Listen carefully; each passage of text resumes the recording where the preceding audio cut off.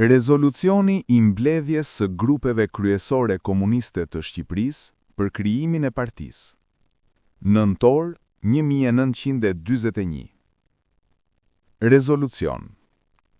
Në mbledhjen e parë të grupeve kryesore komuniste të Shqipërisë është përfunduar në këtë rezolucion.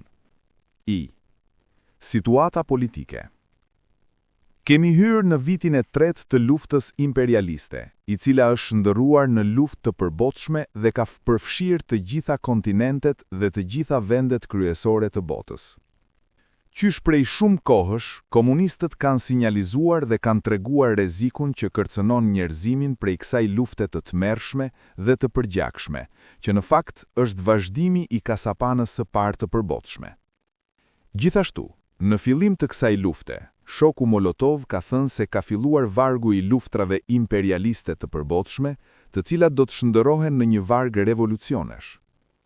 Me hyrjen e Gjermanisë në luftë kundër URSS-së, situata politike e përbotshme është shndërruar që nga themelet. Janë ndryshuar rrënjësisht pozita e masave punëtore, si dhe konditat e luftës së popujve të robëruar edhe të shtypur prej fashizmit. Ka ndryshuar edhe vetë karakteri i luftës. Hordhit e tërbuara të Hitlerit shtazërisht kanë sulmuar tokën sovjetike, duke kujtuar se dhe atje do të gjenim një shtet të kalbur nga kolona e pestë.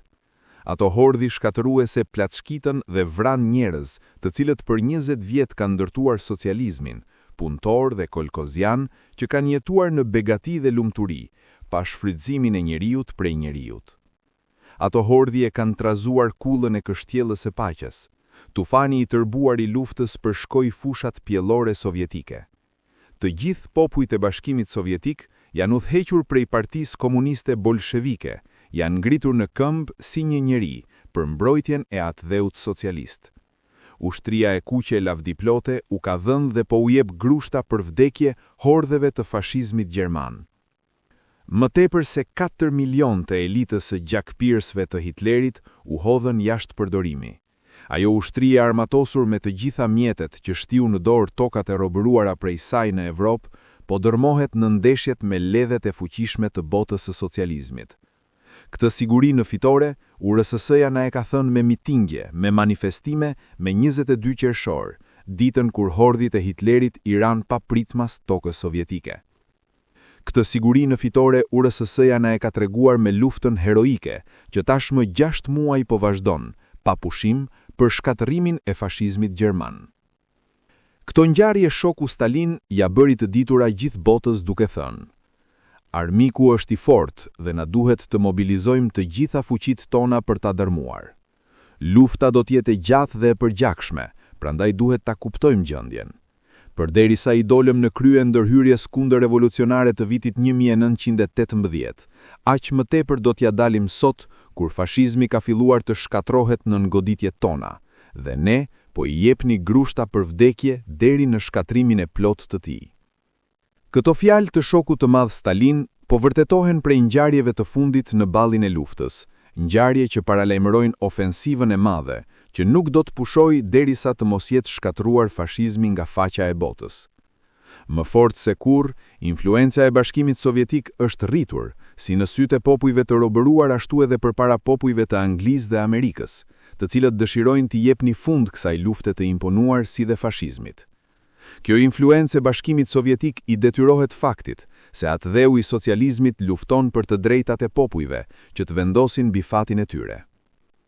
Popujt e robëruar të Evropës, të vendosur për t'i dhënë fund skllavërisë së padurueshme, nën të cilën i mban të ngujuar fashizmi, po i jepni grushta të rënda armikut me sabotazhe, me greva dhe me veprime të armatosura.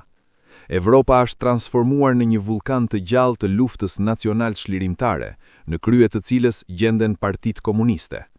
Gjithashtu luftë të fuqishme po bëjnë popujt e Italisë dhe Gjermanisë për çlirimin e tyre nga skllavëria e Hitlerit dhe Mussolinit. Tashmë, në të gjitha vendet, është krijuar një front të gjithë demokratëve, përpara dhënësve, në luftë kundër errësirës, përdhunisë dhe robërisë, kundër armikut të betuar të njerëzimit, kundër fashizmit. Kjo gjendje ka shkaktuar formimin e dy fronteve të kundërta dhe armiq për vdekje. Nga ana një, fronti i luftës së padrejtë, i luftës grabitëse, i errësirës, i skllavërisë, fronti i fashizmit. Nga ana tjetër, fronti i luftës së drejtë, i luftës çlirimtare për përparimin, kulturën dhe civilizimin. Front përbërë rreth Bashkimit të Madh Sovjetik, me vendet demokratike, Anglinë, Amerikën dhe Kinën, dhe me të gjithë popujt e robëruar dhe liridashës të gjithë botës. Me hyrjen e Japonisë dhe Amerikës, kjo luftë ka marrë karakterin e një lufte botërore. Këto dy fuqi janë ndeshur për interesat e oqeanit paqësor dhe të lindjes së largët, interesa të kundërta, të cilat kanë qenë aq të ashpërsuara sa kanë përfunduar në luftë. Fashizmi italian, që prej më shumë se 2 vjetësh na e ka shkelur vendin, ka punuar të gjitha të zezat mbi kurizin ton, me ndihmën e disa shqiptarësh vegla të tij, si qenë në zinxhir dhe tradhtar të Shqipërisë, na ka grabitur lirinë kombëtare, është munduar të na shkombëtarizojë, të korruptojë rinin, të italianizojë shkollat. Prej më shumë se 2 vjetësh, fashizmi e ka përdorur vendin ton si bazë për përhapjen e tij në Ballkan dhe e ka kthyer këtë vend në fushë lufte kundër lirisë kombëtare të popujve vëllezër, grek dhe jugoslav. Na ka bombarduar fshatrat e qytetet, duke shkatruar vatrat dhe pasurinë e katundarit dhe qytetarit. I pangopur nga këto, fashizmi na i ka zaptuar tokat, na ka kthyer në feudalizëm, kërkon të na përcaj me anë të fesë dhe siç ka bërë në kundët ku është shkelur, ja ka marrë popullit bukën. Pusullat lajmërojnë kosën e tmerrshme të urisë që është varur mbi kokën e turmave të varfra të qyteteve dhe të fshatrave.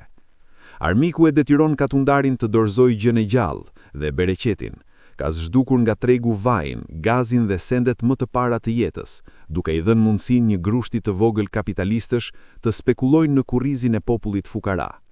Populli nuk mund të paguajë as sendet më të para të jetës, mbasi e gjithë tregtia është monopolizuar në duart e një grushti të vogël njerëzish të lidhur me mëkëmsinë.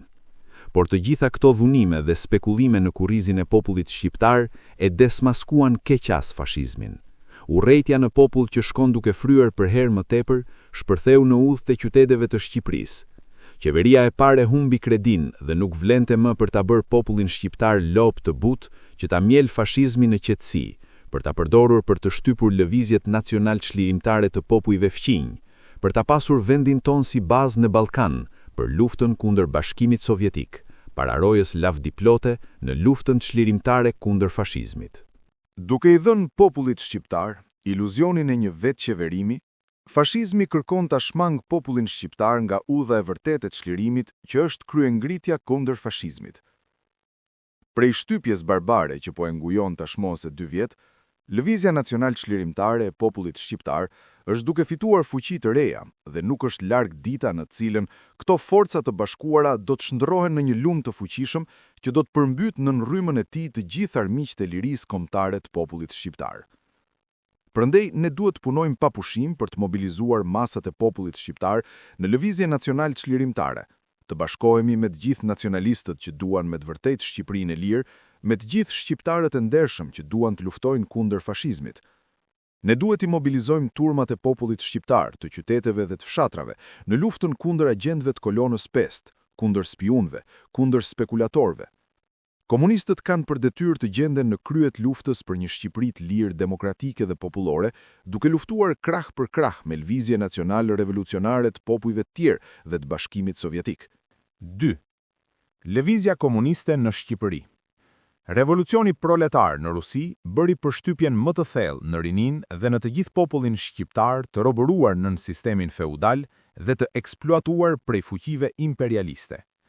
Më 1922-1924, shoqëria Bashkimi u bë eksponentja e lëvizjes së masave shqiptare antifeudale e anti-imperialiste, shtyu parlamentin shqiptar, të nderoj kujtimin e shokut Lenin dhe qeverinë të njohë de jure Bashkimin Sovjetik, ngjarje këto pa precedencë në jetën e shteteve borgjese. Më 1925-1926, nga emigracioni, antarët e majtë të shoqërisë Bashkimi pranohen në Bashkimin Sovjetik dhe atje formohet një grup komunistësh shqiptar. Formohet edhe Konareja, Komiteti Nacional Revolucionar, prej elementëve nacional revolucionar të partisë së Fan Nolit, që ishin në emigracion, dhe më 1928 riorganizohet kjo, me përjashtim të atyve që bënin kompromis me shtetet imperialiste, merr emrin Çlirimi Nacional dhe vazhdon të botojë lirinë kombëtare. Çlirimi Nacional kishte lidhje me Komitetin Ballkanik dhe më vonë, më 1929, shokët komunistë shqiptar e përfaqësonin këtë në komitet dhe përmes komitetit në Komintern. Më 1930, shokët e parë komunistë shqiptar vinë nga Bashkimi Sovjetik në Shqipëri dhe lidhen këtu me lëvizjen e masave që sapo kishte filluar të dilte në dukje në Korçë dhe mbajnë lidhjen me Kominternin. Më 1932, komunistët në Korçë bën lidhjet e para me masat punëtore popullore dhe shokut Ali Kelmendi i detyrohet për kujtimi për udhëheqjen përgjithsisht të drejtë që i dha kësaj lëvizjeje bashkë me shokët e tjerë të Korçës, që më 1933 e deri më 1936, lëvizje kjo që hodhi themelet e formimit të Partisë Komuniste.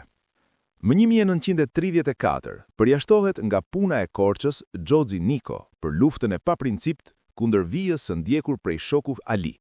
Xoxhi Niko bashkohet me ideologjinë e intelektualëve arqi-marksist të ardhur nga Greqia në Shqipëri, krijon fraksionin e tij dhe lufton pjesëmarrjen e komunistëve në lëvizjen e masave, duke shpikur teorinë e kuadrove. Më vonë, Xoxhi Niko luan rolin e grevëthyesit, pastaj të provokatorit dhe më në fund, në gjyqin e komunistëve në janar 1939, tradhton haptazi. Më 1936, fillon të rritet grupi i Shkodrës, i cili më vonë hyn në kontakt me punën e Korçës dhe me fraksionin e Xoxhi Nikos, bashkohet me këtë të fundet, përvetëson teorinë e kuadrove dhe kështu mbetet me lidhje fare të dobta me masat. Njëkohësisht, merr formë edhe grupi i trockistëve në Tiranë, me të cilin kishin pasur kontakte të gjitha grupet e lartë përmendura.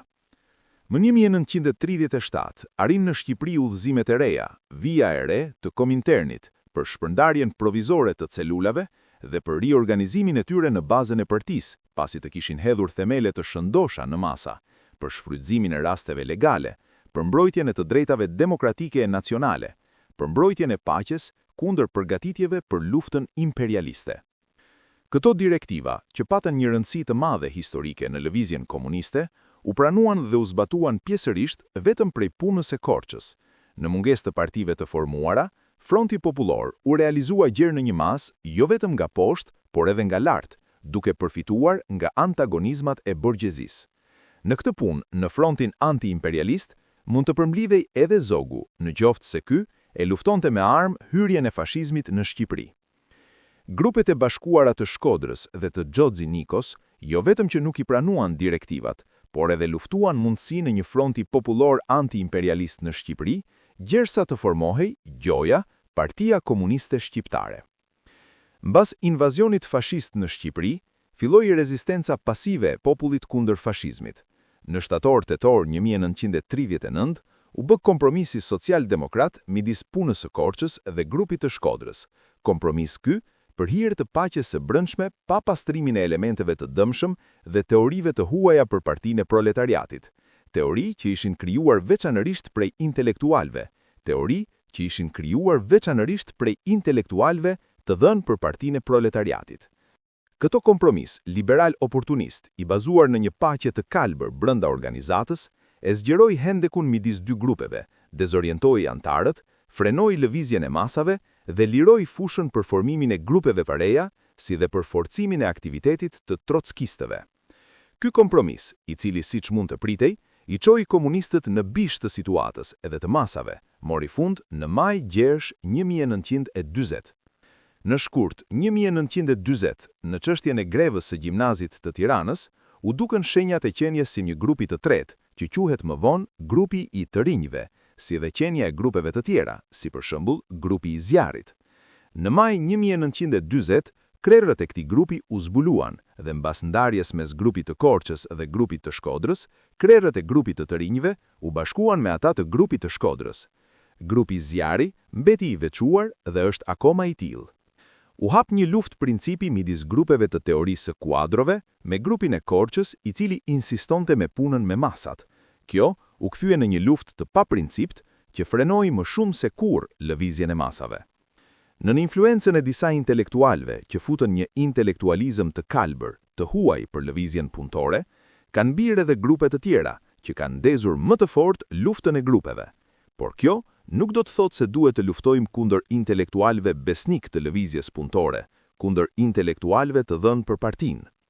Mbas sulmit fashist kundër Bashkimit Sovjetik, ndihet më shumë se kurrë, sidomos nga poshtë, dëmi i madh që i vinte lëvizjes komuniste nga lufta e shtërpt midis grupeve dhe nevoja urdhëruese për t'i dhënë fund kësaj lufte dhe për të realizuar kushtet e nevojshme për njësinë e lëvizjes në Shqipëri. Kjo u kthye në realitet me mbledhjen e parë të grupeve kryesore komuniste të Shqipërisë, gjatë të cilës u bë një shikim i përgjithshëm i punës komuniste të zhvilluar deri në ditët e tashme në Shqipëri, nga shkaqet e lindjes dhe të luftës së grupeve dhe studimi i formimit të Partisë Komuniste të Shqipërisë. Kjo mbledhje dha si fryt krijimin e një komiteti qendror të përkohshëm të partisë, të cilit ju ngarkua barra e rëndë e zbatimit të detyrave që imponojnë komunistëve shqiptar momenti historik, të bisedohet me të gjithë grupet e tjera komuniste të Shqipërisë, t'u jepet mundësia të hynë në radhët e partisë, në rast se janë të vendosur të punojnë për komunizmin dhe të i nënshtrohen disiplinës së partisë.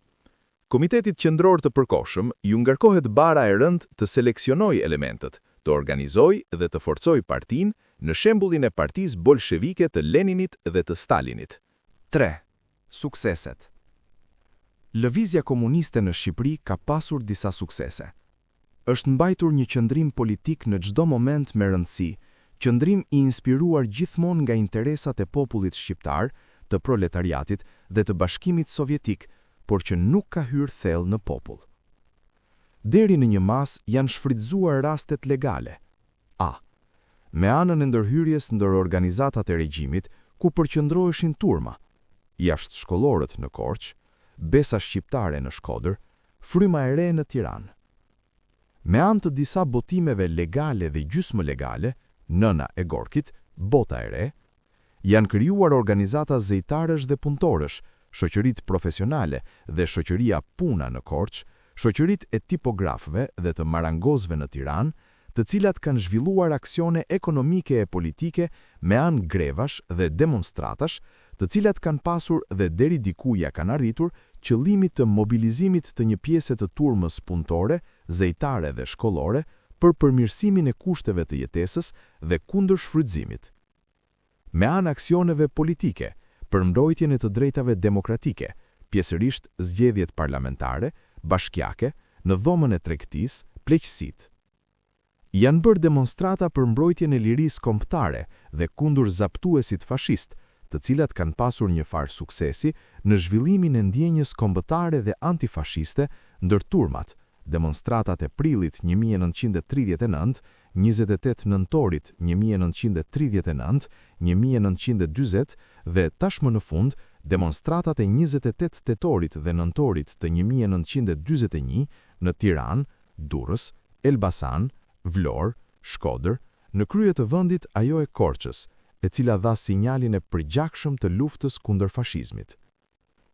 Janë hedhur her pas here trakte me përmbajtje revolucionale, të cilat kanë pasur si qëllim t'i shpjegojnë popullin gjendjen dhe kanë pasur si efekt lartësimin e prestigjit të komunizmit, të Partisë së Proletariatit dhe të URSS-s. Është përkthyer dhe shpërndar në një farë mase në të gjithë Shqipërinë literaturë komuniste. Kjo literaturë veç është e pakontrolluar dhe Komiteti Qendror i përket ta kontrollojë. Gabimet. Gabimet organizative. Gabimi organizativ dhe politik më i madh ka qenë mospranimi dhe mosbatimi i direktivës së ndërkombëtares komuniste, e cila ishte një rëndësie historike, pasi japte perspektiva të gjera lëvizjes komuniste, të shpërndaheshin celulat komuniste të deri atëhershme, të cilat ishin oportuniste, trockiste, me shpirt tarafi, fraksionare, të palidhura me masat, të infektuara prej luftës së grupeve, sektare. Të hidheshin këto në turmat, në mënyrë që prej turmës të linde baza e organizatës së shëndosh. Grupi që e pranoi direktivën, edhe ai nuk e zbatoi veç se pjesërisht, dhe pasi shpërndau celulat, i krijoi prap në mënyrën e vjetër. Mospranimi i direktivës së Kominternit ka shtyr grupe të cilat nuk e pranuan dhe nuk e zbatuan direktivën e ndërkombëtares komuniste të kërkonin lidhje prej partie në parti. Në drejtuesit e punës së Korçës kanë bizotruar lokalizmi, mungesa e shpirtit të sakrificës, monopolizimi ndër disa duar i punës me përgjegjësi. Kam bizotruar veç këtyre kënaqja me rezultatet e aksioneve, gjë që çonte në mospërfitim organizativ dhe në lënje në mëshirën e vet të elementëve dhe lëvizjeve të reja që lindnin jashtë Korçës.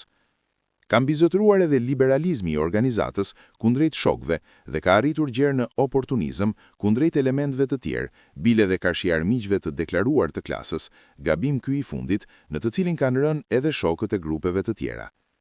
Grupet e tjera janë karakterizuar nga ashpërsia e ngushtë karshi shokëve, gjë që çonte në kontrollin e imtësive më të holla të jetës private, në ndarjen nga familja, në krijimin e kolektivave artificial, në rrojtjen keq, të cilat i ngjajnë çdo gjëje tjetër veçse kolektivave komunist. Gjë që u jepte iluzionin shokëve se jepnin gjithçka për organizatën. Këto nuk janë tjetër veçse sektarizëm, që e përqendron vëmendjen në gjërat e vogla dhe e largon nga veprimet e gjera. Veç këtyre, ekzistonte ambicia e disave që e bënte të theksuar shpirtin e tarafit.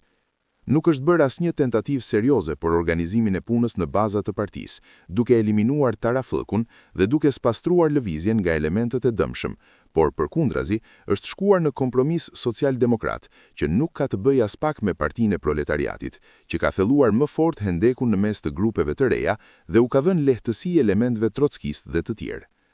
Organizimi i celulave dhe puna e tyre nuk kanë qenë të drejta.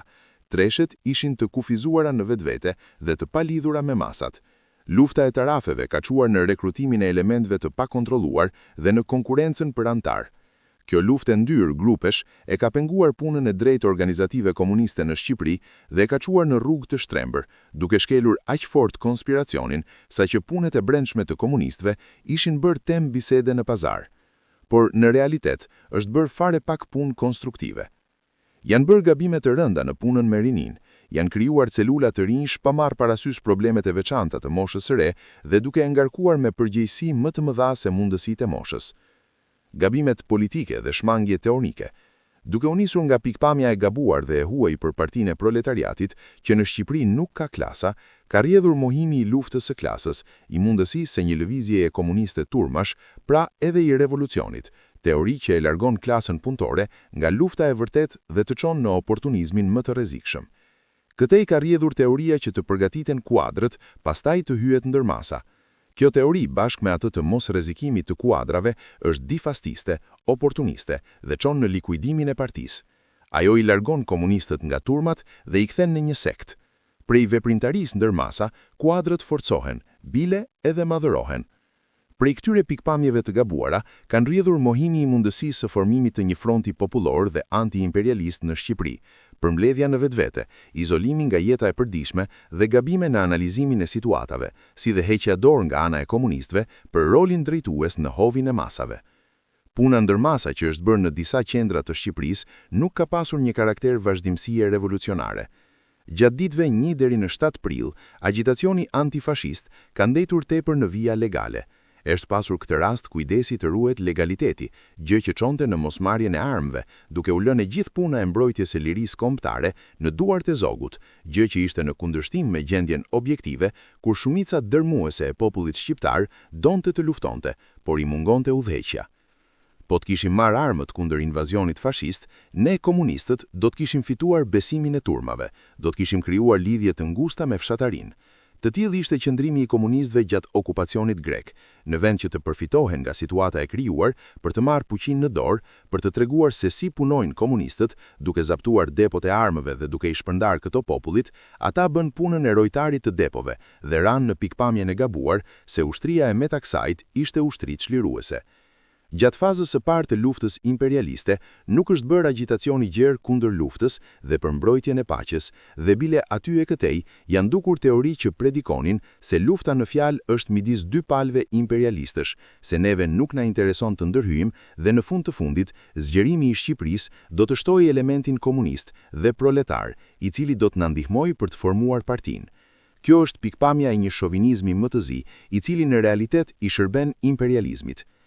Është mbrojtur teoria e vogël se në polici mund të kallëzosh pak për të mbrojtur një pjesë të gjerë të punës, ose për të provuar nëse filani është spiun apo jo, ka lidhje me filan qeveritar apo jo, si edhe gjuaj për t'i forcuar shokët. Kjo mënyrë qëndrimi para armikut të klasës është tradhti.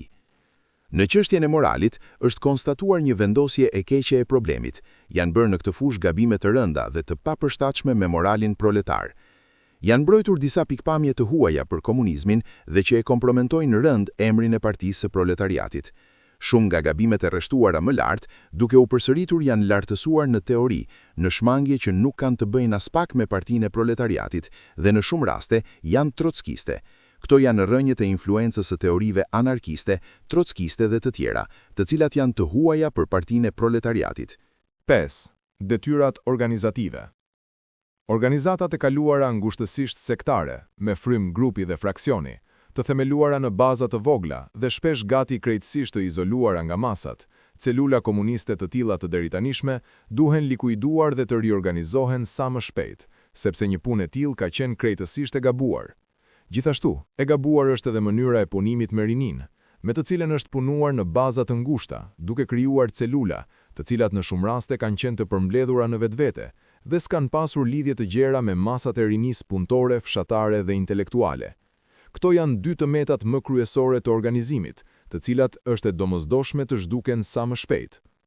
Një nga ligjet themelore të zhvillimit të partisë së tipit të ri, të partisë bolshevike, është lufta në dy fronte, kundër gabimeve të vetvetes dhe veçanërisht kundër tentativës së krijimit të grupeve, dhe lufta pa pajtim kundër armikut të klasës. Prandaj partia nuk do të bëhet parti e tipit të vjetër, parti e ngjashme me ato të ndërkombëtare së dytë socialdemokrate, në të cilën mbretëronte brejtja, mospunimi, tarafllëku, fraksionazhi dhe tradhtia e interesave të klasës punëtore. Duam një parti të disiplinuar, në të cilën shokët do t'u nënshtrohen forumeve më të larta, parti e cila do të jetë zonja të udhëreq klasën punëtore në luftë deri në fitim, e cila do të jetë ngushtësisht e lidhur me të gjitha turmat punonjëse të qytetit dhe të fshatit. Dhe derisa ta mbajnë lidhjen me nënën e vet, me popullin, ata i kanë të gjitha mundësitë që të mbeten të pathyeshëm. Kështu na ka mësuar mësuesi ynë i madh Stalin, të tillë parti duam. Ne duhet patjetër të vazhdojmë punën me më shumë energji për të larguar të gjitha shenjat dhe teoritë negative dhe të sëmura, për të ruajtur partinë nga goditjet e armikut të klasës, prej tendencave të ndryshme të tarafeve, prej veprimeve shkatruese të ndonjërit. Është e nevojshme që sa më shpejt dhe sa më energjikisht të vazhdojmë pastrimin e radhëve të partisë, duke mbajtur atë që është e mirë dhe duke shkëputur nga influencat e huaja. Është e nevojshme të likuidohen kufizimi në punë, politikanllëku, liberalizmi dhe shfaqjet oportuniste. Prandaj është e nevojshme të kemi sytë të hapur mirë politikisht dhe organizativisht kur doherë, dhe është i domosdoshëm bashkëpunimi midis antarëve dhe udhëheqësve. Në këtë drejtim është e nevojshme të njihet aftësia e të gjitha forumeve dhe i të gjitha antarëve të partisë dhe të vihen të gjithë në vendin e përshtatshëm. Për ruajtjen e njësisë të partisë, është e nevojshme të zhduken nga partia të gjithë fraksionarët e tarafqinjtë e pandrejtshëm. Në këtë mënyrë, partia nëpërmjet pastrimit të radhëve të saj përforcohet edhe më fort. Duhet të kushtojmë një vëmendje të veçantë shokëve të cilët kanë nevoritur tarafllëkun dhe janë bërë luftëtar të dhënë për partinë. Tarafllëku, fraksionizmi, padisiplina, janë shkaqet kryesore të ligështisë së organizatave komuniste të Shqipërisë. Për këtë arsye, organizata e partisë ka këto detyra para saj: të seleksionojë dhe të organizojë antarët në celula, të krijojë celula të reja. Sistemi i celulave duhet bëhet patjetër në një kohë sa më të shkurtër. Baza organizative e partisë. Duhet që menjëherë të përforcohen radhët e partisë me fuqi të reja, me luftëtar të shëndosh, punëtor dhe fshatar të rekrutuar prej të varfërve të qytetit dhe të fshatit. Duhet të likuidojmë një herë mirë frikën dhe sektarizmin e futjes në parti elementësh të shëndosh, punëtore dhe katundar. Celula duhet të lindin nga lëvizja punëtore, nga ku lindin drejtuesit e vërtet të partisë. Duhet të ngulim këmbë energjikisht për lartësimin ideologjik, teorik dhe politik të kuadrave, duke mësuar teorinë marksiste-leniniste, duke studiuar kursin e historisë së PKB-s të Bashkësive Sovjetik, që është shtylla kryesore për formimin e një partie të fortë komuniste ilegale, dhe ky kurs do të vnej që të përgatiten shokët për të luftuar kundër të gjitha frazeologjizmave dhe intelektualizmit të sëmur. Në celula dhe në komitete duhet të ndahet puna e të gjitha antarëve në përshtatje me aftësinë e secilit.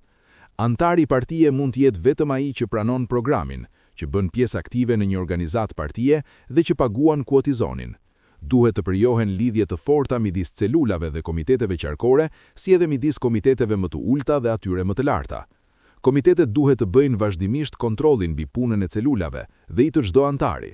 Veçanërisht, duhet të ruhemi mos depërtoj si kontraband ndonjë pune tarafllëku të vjetër.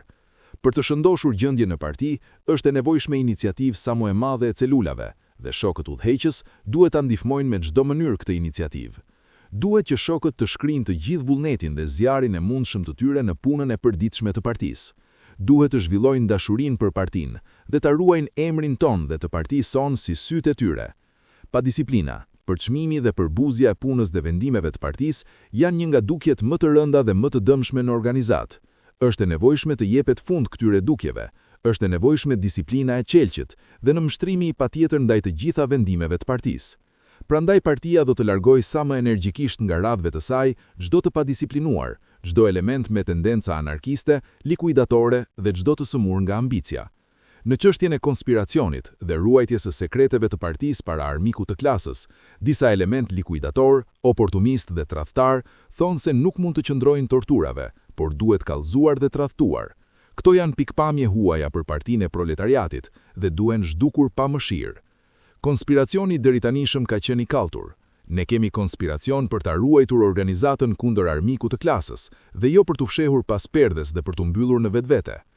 Të shtrihemi organizativisht në të gjitha vendet ku deri tani kjo punë nuk është bërë ose është bërë fare pak. Të zhvillojmë agjitimin dhe propagandën në turmat e gjera të popullit, të organizohen dhe të bëhen veprime, të krijojmë dhe të organizojmë realisht lëvizjen guerilëse të masës si skelet të ushtrisë së ardhshme, si edhe bazat reale, materiale dhe politike për një sit guerilëse, bashkë me partitë e tjera politike dhe me lëvizjen nacional çlirimtare. Është e nevojshme të bëhet një kthes në punën me gratë. Veçanërisht situata siç është sotme, na detyron një punë serioze ndër gra, të futim në parti gra punonjëse, t'i ndihmojmë në punën e tyre për mobilizimin e masës femërore për luftën çlirimtare. Organizatat e partisë dhe forumet e larta detyrohen t'i japin ndihmën e tyre rinisë komuniste të Shqipërisë në zhvillimin e saj dhe në mobilizimin të gjithë rinisë të ndershme shqiptare. Duhet që organizata e partisë të mbledh ndihma për partinë, në mënyrë që partia të mund të zhvillojë një punë të gjerë partie për luftën çlirimtare, për viktimat e terrorit verdh. Këto duhet të forcohen dhe të zgjerohen në të gjithë vendin tonë. Në çdo organizat duhet të ekzistojë një lloj disipline, por në partinë tonë komuniste është e nevojshme një disiplinë e veçantë, që buron vetë nga vetdia e lartë e antarëve të partisë, bijt më të vetëdijshëm të klasës punëtore dhe të popullit. Kondet e rënda të punës ilegale na imponojnë një disiplinë edhe më të fortë veçanërisht ndër ne në Shqipëri. Çdo antar i partisë do të nënshtrohet patjetër disiplinës së partisë. Pa një disiplinë të çelqit dhe njësinë të partisë, partia jonë që ka një numër të madh armiqsh nuk do të mund ta udhëheqë me sukses luftën. Pa disiplinën e bien në parti element të huaj, të cilët depërtojnë në të me qëllim që ta shkatërrojnë nga brenda. Depërtojnë kështu element të ndryshëm nga shtresat borgjeze të vogla, të cilët nuk kanë shkrirë shpirtin borgjez të vogël, domethënë njerëz që nuk janë të pjekur për të qenë antar të partisë, ose karrieristë të ndryshëm të cilët sjellin nga tërresa dhe krijojnë shesh për punë antipartie dhe trockiste. Të gjithë këta njerëz nuk është vështirë t'i njohim nëse i kemi sytë të hapur. Konferenca dhe forumet e reja shprehin bindësim që organizata e partisë në Shqipëri do të vërë të gjitha fuqitë për likuidimin e gjendjes së sëmurë që ka sunduar në të gjitha organizatat komuniste të Shqipërisë dhe do të vërë të gjitha forcat organizative të partisë që të qëndrojnë në radhët e para të luftës për bolshevizimin e partisë sonë, e cila duhet u përgjigjet detyrave të mëdha që sot paraqiten përpara saj. Popull shqiptar. Detyrat politike. Partia duhet të zgjerojë punën ndër masat e gjëra punonjëse të Shqipërisë dhe të zgjerojë e të forcojë edhe më fort punën e saj me lëvizjen nacional çlirimtare nga poshtë dhe nga lart. Të mbjellim idenë për një kryengritje të përgjithshme çlirimtare të popullit nëpërmjet aksioneve të përbashkëta. Duhet të krijohet dhe të zgjerohet njësia luftarake në mes të masave punonjëse të qytetit dhe të fshatit. Të luftohet për pavarësinë kombëtare të popullit shqiptar dhe për qeverinë popullore demokratike në një Shqipëri të lirë prej fashizmit. Të zhvillohet dashuria për Bashkimin Sovjetik, duke popularizuar realizimet e popujve sovjetik dhe rolin e pararojës të URSS-s në luftën çlirimtare kundër fashizmit. Në për aksione, sabotazhe, greva, demonstrata e të tjera, të përgatitim politikisht dhe ushtarakisht popullin drejt kryengritjes së përgjithshme me armë, duke përmbledhur në luftë të gjitha fuqitë patriotike dhe antifashiste. E me gjithë këto, nuk duhet të harrojmë rrezikun e influencës së nazizmit. Të demaskojmë qeverinë e tradhtarit Kruja, manovrat e saj për të përçarë Frontin Nacional Çlirimtar të popullit shqiptar, duke paraqitur si rrezik për Shqipërinë luftën çlirimtare të popujve fqinj, jugoslav dhe grek, me qëllim që të dobësohet lufta kundër fashizmit. Të luftojmë orvatjet e fashizmit për të përçarë popullin shqiptar me anë të fesë, të zhdukim antagonizmat fetar. Të zhvillojmë dashurinë dhe bashkëpunimin luftarak me të gjithë popujt e Ballkanit, sidomos me popujt serb, grek, malazez dhe maqedonas që luftojnë heroikisht për çlirimin e tyre nacional. Luftë për të drejtat e jetës së popullit punëtor shqiptar, punëtor, fshatar, intelektual, si dhe për brezin ton të ri luftarak. Vetëm duke i përmbushur këto detyra, partia jon mund të sigurojë influencën e vet në masat popullore dhe të vërë armiqt në pamundësi për të shmangur luftën popullore prej udhës së drejtë, prej udhës së luftës kundër fashizmit. Çdo antar i partisë duhet të jetë koshient dhe ta kuptojë këtë situatë serioze dhe fatprurse, të punojë pa pushim për të arritur në këtë rezultat. Kështu dhe vetëm kështu, do të mund të luajmë rolin e pararojës në luftën për liri të popullit të robëruar dhe të mjeruar, për çlirimin kombëtar. Thirrja e parë e KQ të PKSH-s drejtuar popullit shqiptar, pas krijimit të partisë.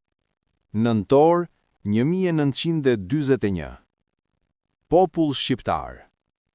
Fashizmi gjerman, bashkë me hyzmeqarët e tij të vendeve të tjera, Mussolini, Mannerheimi, Antonescu dhe të tjerë fashist tradhtar të popullit të vet, i pangopur me gjakderdhjet që ka shkaktuar në kurrizë të popujve të shtypur dhe të robëruar, me qëllim që të majmet me djersën e tyre dhe me pasuritë e vendeve të zaptuara, po vazhdon me shpirt ndërdhëmb luftën kundër bashkimit sovjetik, vatrës së popujve të lirë sovjetik.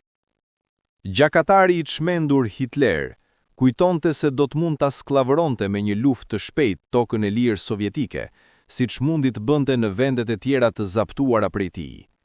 Ai kujtonte se do të gjente përpara vetes një shtet të shkatruar dhe të kalbur prej punës së kolonës së pestë, por ishte gabuar keqas. Në Bashkimin Sovjetik gjeti një shtet të fortë, të organizuar më së miri dhe një popull të lirë, të begatshëm, të bashkuar si një blok i çelikt.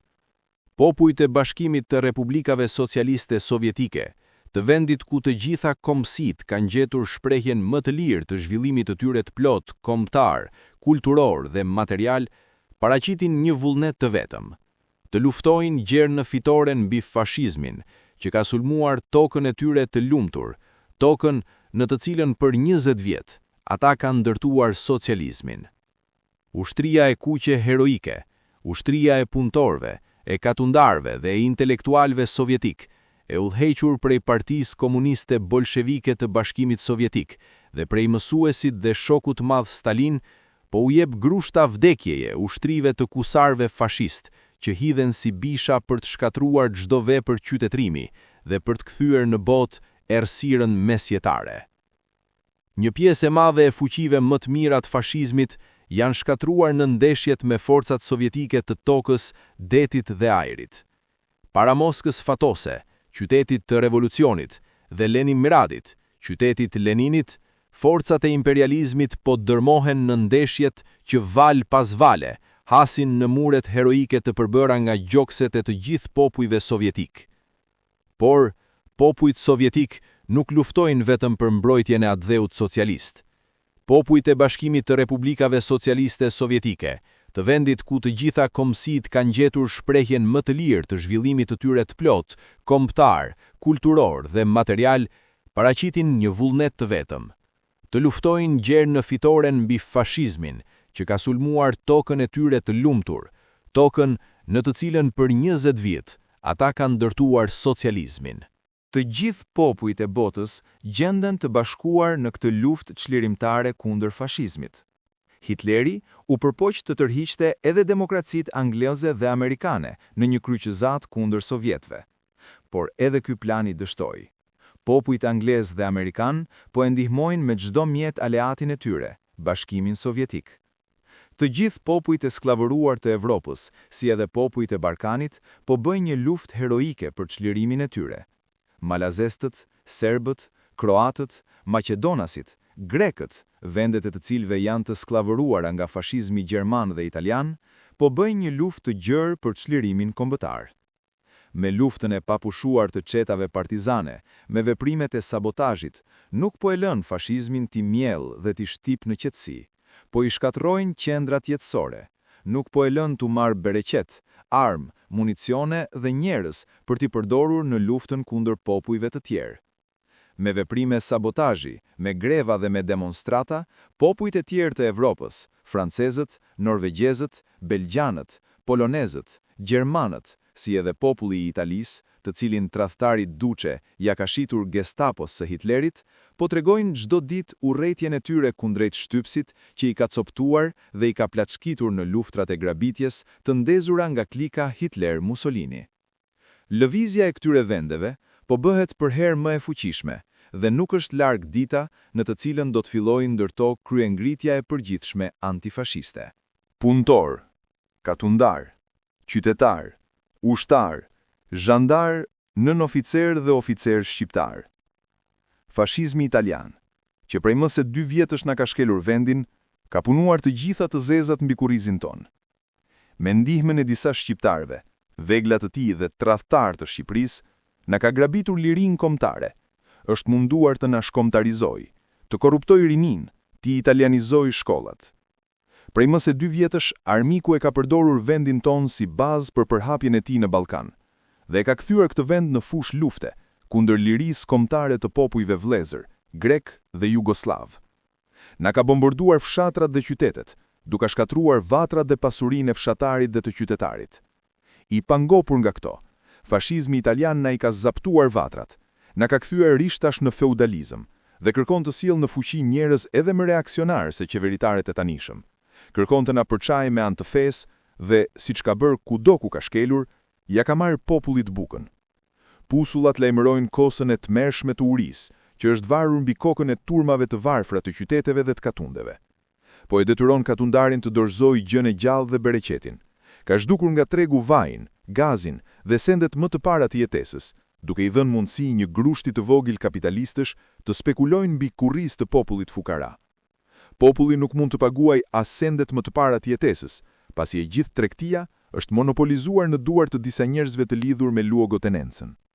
Të gjitha këto spekulime në kurrizë të popullit shqiptar, fashizmi i bën për të pasuruar një grusht gjakpirësish fashist, që përbëjnë klikën hajdute që është në fuqi.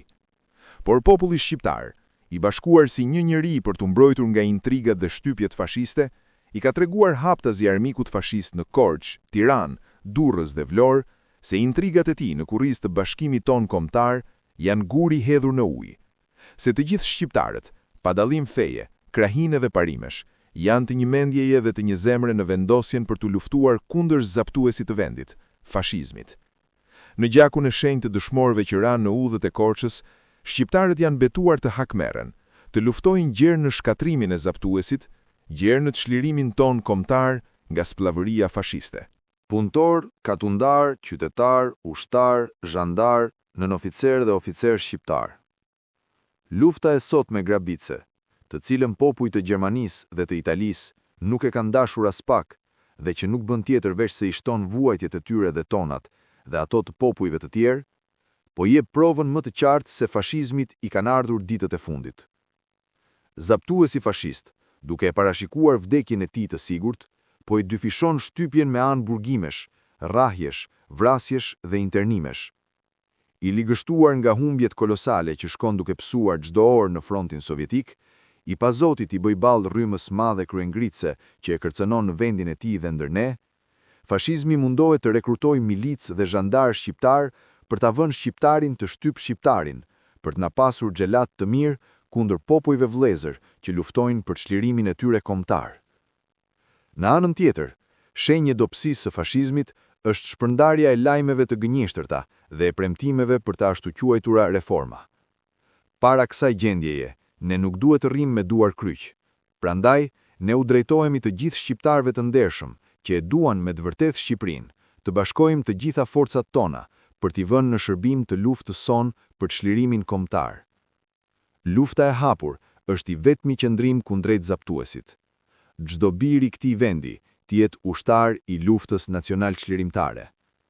Për ta mposhtur armikun, lufta jon duhet të jetë e organizuar, e bashkuar dhe e fuqishme. Të gjithë burrat shqiptar duhet rrokin armët dhe të bashkohen me çetat që do të luftojnë për vatrat tona. Lufta e çetave do të jetë shprehja më besnike e vullnetit të popullit shqiptar për të çliruar nga skllavëria fashiste dhe për të rrojtur i lirë. Por që lufta jon të jetë vendimtare, ne duhet luftojmë nga çdo anë armikun. Asnjë taks, asnjë kokër gruri, asnjë pik vaji, asnjë got ujë armikut fashist.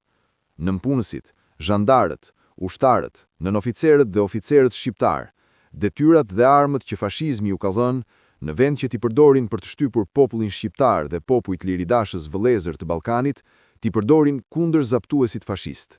Popull shqiptar. Lufta jon nacional çlirimtare ka filluar. Është në duart tona ta bëjmë për herë më të ashpër, për herë më vdekjeprurëse për zaptuesit fashist. Me ne janë të gjithë popujt liridashës të botës.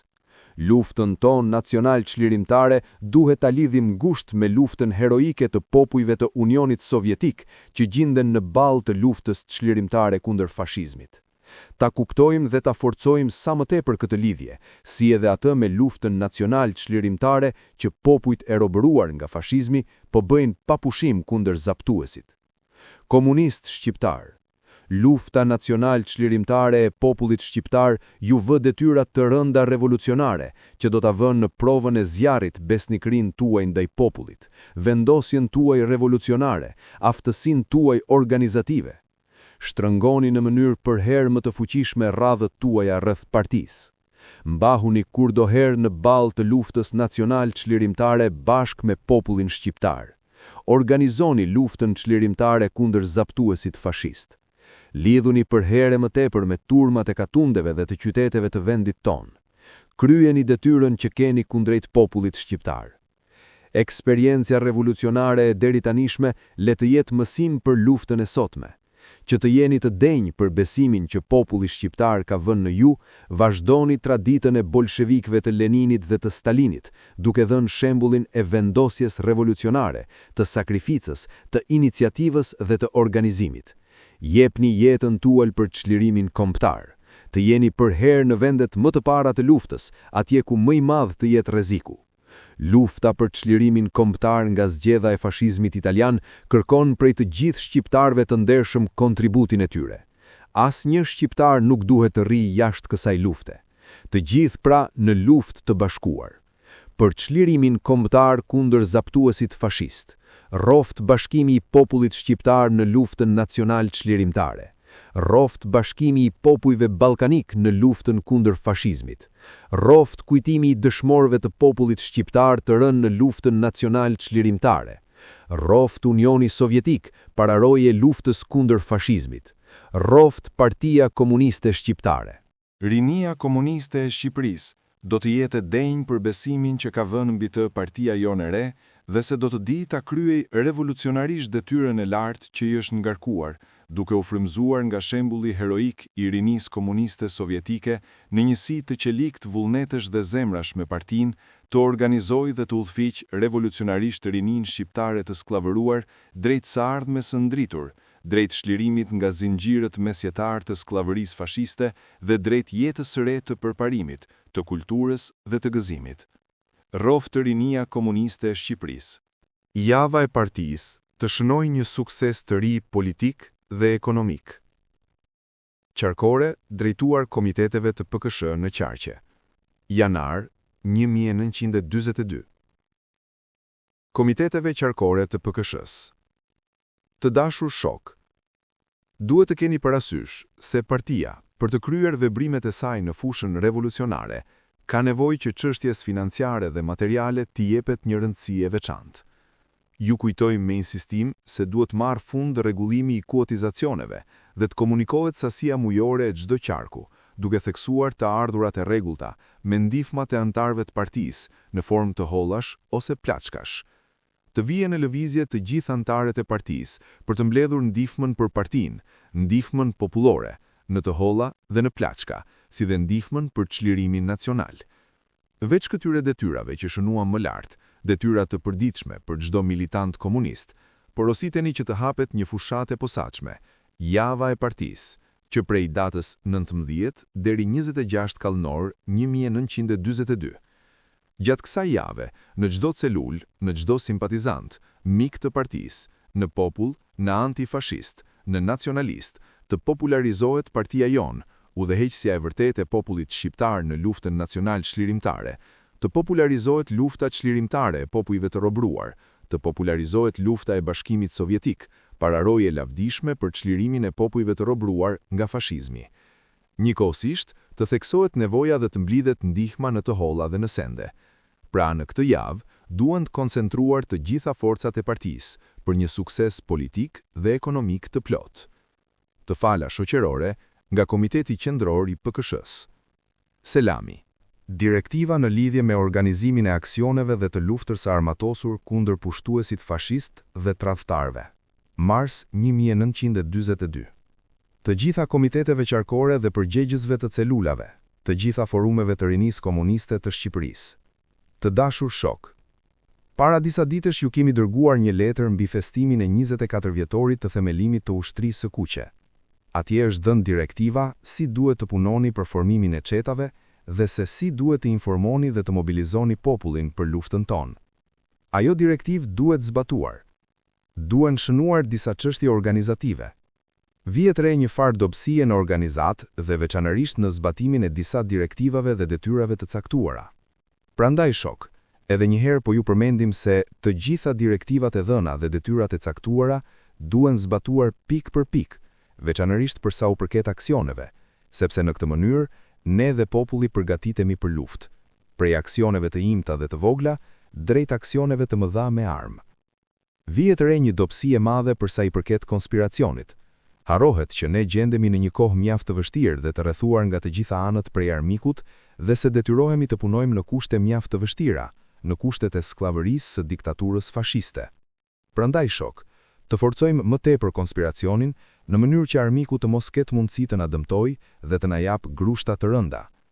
Veçanërisht duhet të kemi mendjen në të gjitha veprimet teknike. Ne do të mbrohemi mirë veçanërisht në qoftë se depërtojmë gjerësisht në turm dhe lidhemi ngushtë me të. Natyrisht, kjo nuk do të thotë që duhet të bijem në konspiracionin e vjetër të kalbur. Porositen shokët e komiteteve qarkore që, në celula, të flasin mbi rëndësinë e konspiracionit të drejtë dhe të shëndosh. Shpesh ngjet që bëhen zbulime nëpërmjet lidhjeve, prandaj duhet të mbrohen mirë teknika, materiali, lidhjet dhe shtëpitë përkatëse. Është vënë re ndër shumë shok që materiali ilegal mbahet pa nevojë në përgjepa dhe lihet pa kujdes në shtëpi, si në tryeza dhe në shtretër. Duhet të mos humbas dhe të ruhet me kujdes materiali i partisë, libra, broshura, proklamata dhe të tjera.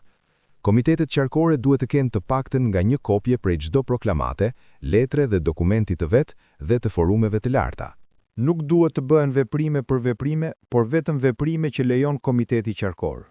Të gjitha veprimet që bëhen jashtë këtij rrethi kanë karakter antiparti. Përjashtohen veprimet e dobishme që vijnë nga vetë iniciativa dhe mosbërjet të cilave do të shkaktonte vonimin ose moskryerjen e tyre.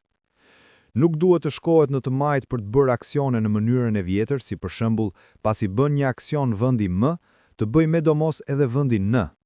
Gjithashtu duhet të kemi mendjen që të mos bien në pozitën e vjetër të ruajtjes së kuadrove, sëmundje djaft. Shmangje nga e Malta po duken për herë më tepër dhe veçanërisht në rinin. Vetëm aksionet e organizuara, demonstratat, mund të kenë karakter të drejtë. Prandaj porositen organizata të bëhen veprime për bukë, kundër luftës, kundër shkuarjes në ushtrinë fashiste, kundër hashizmit, zaptuesit. Këtu mund të dalin një ose më shumë orator për 1 ose 2 minuta për t'i dhënë karakter politik asaj lëvizjeje. Në asnjë rast të mos lejohet që demonstruesit të ndalohen në një vend, por duhet të jenë në lëvizje të vazhdueshme. Nuk duhet të insistohet dhe të bëhet një përpjekje e fortë e këmbgulse, por me gjitha shpërsinë e tyre këto demonstrata duhet të kenë elasticitetin e nevojshëm për të ruetur kuadrot. Duhet të ruajmë me çdo mënyrë kuadrot. Nuk duhet të veprojmë në mënyrë që të na dekompozojë armiku. Në qoftë se lidhemi me turmën dhe dalim bashkë me të, atëherë i ruajmë kuadrot. Përsëritet që të mos bijet në pozitat e vjetra, për t'i ruajtur kuadrot, të mos bëjmë aksione ose aksione patjetër. Të bëjmë aksione sabotazhi të çdo lloji dhe vetëm prej asosh që e dëmtojmë zaptuesin, djegje magazinash, deposh benzine dhe municionesh, shkatrim armësh, me një fjalë të shkatrojmë çdo gjë që i shërben armikut për të na mbajtur në skllavëri dhe për luftën e tij. Të bëjmë luftën kundër kolonës së pestë dhe kundër spionëve. Të përforcojmë punën në rinin dhe në gratë. Këtë për arsye se duhet të përforcojmë punën e agitacionit dhe të propagandës sonë dhe të sigurojmë kuadrot, të cilët do të zvendësojnë dhe do të plotësojnë kuadrot udhëheqës të sotëm.